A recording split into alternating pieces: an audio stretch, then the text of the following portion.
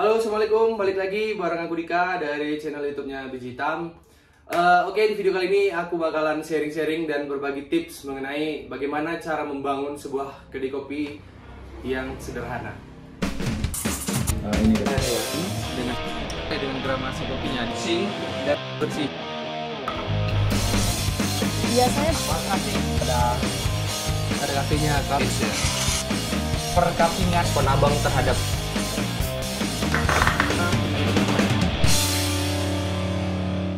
entah kenapa di 2021-2022 sekarang ini begitu banyak orang yang tertarik ingin membuka bisnis kedai kopi.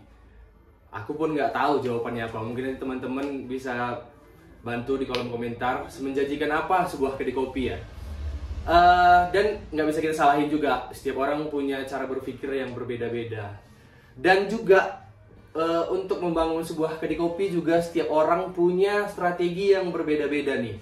Ada yang memang bermodalkan besar, pakai investor, pakai konsultan segala macam.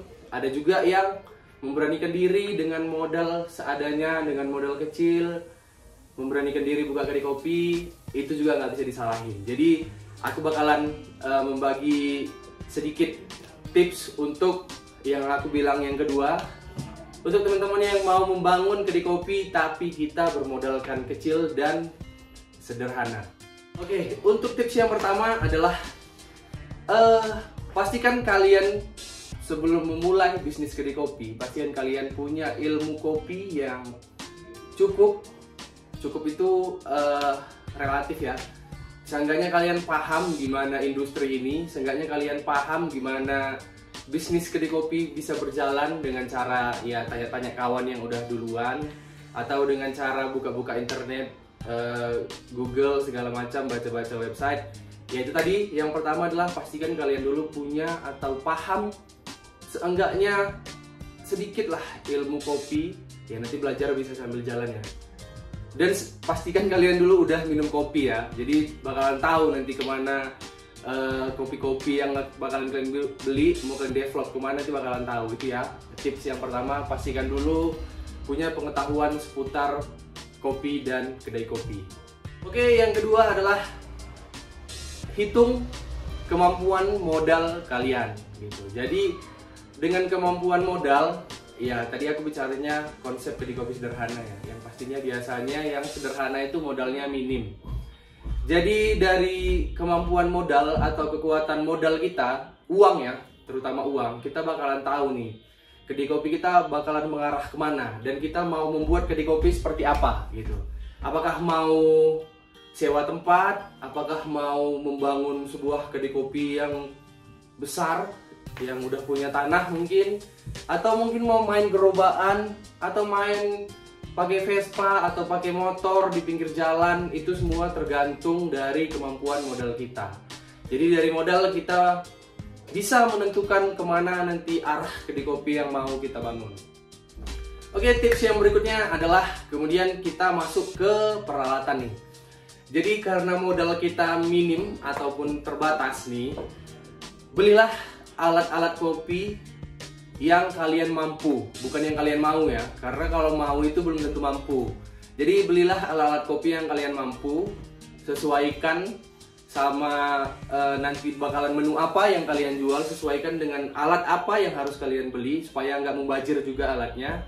Toh sekarang banyak alat-alat kopi manual atau alat-alat kopi murah meriah yang bisa kalian pakai. Yang penting kalau menurutku kita paham cara pakainya, kita paham rawatnya, kita paham gunanya apa, kita paham fungsinya alat itu apa, bisa diapain, bisa buat menu apa. Nah, jadi jangan mubazir untuk membeli alat kopi.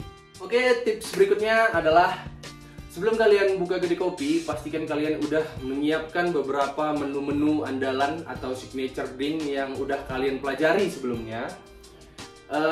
Dan itu adalah nanti berkesinambungan dengan bahan baku apa yang bakalan kalian pakai gitu. Jadi kalau untuk memulai bisnis kedai kopi, carilah bahan baku dulu yang terjangkau sih. Yang penting kita develop menunya pintar gitu. Jadi dengan bahan yang nggak terlalu premium, kita bisa jual dengan harga murah tapi rasanya tetap oke. Nah, jadi kalau untuk memulainya ya kalau menurutku gitu dulu gitu.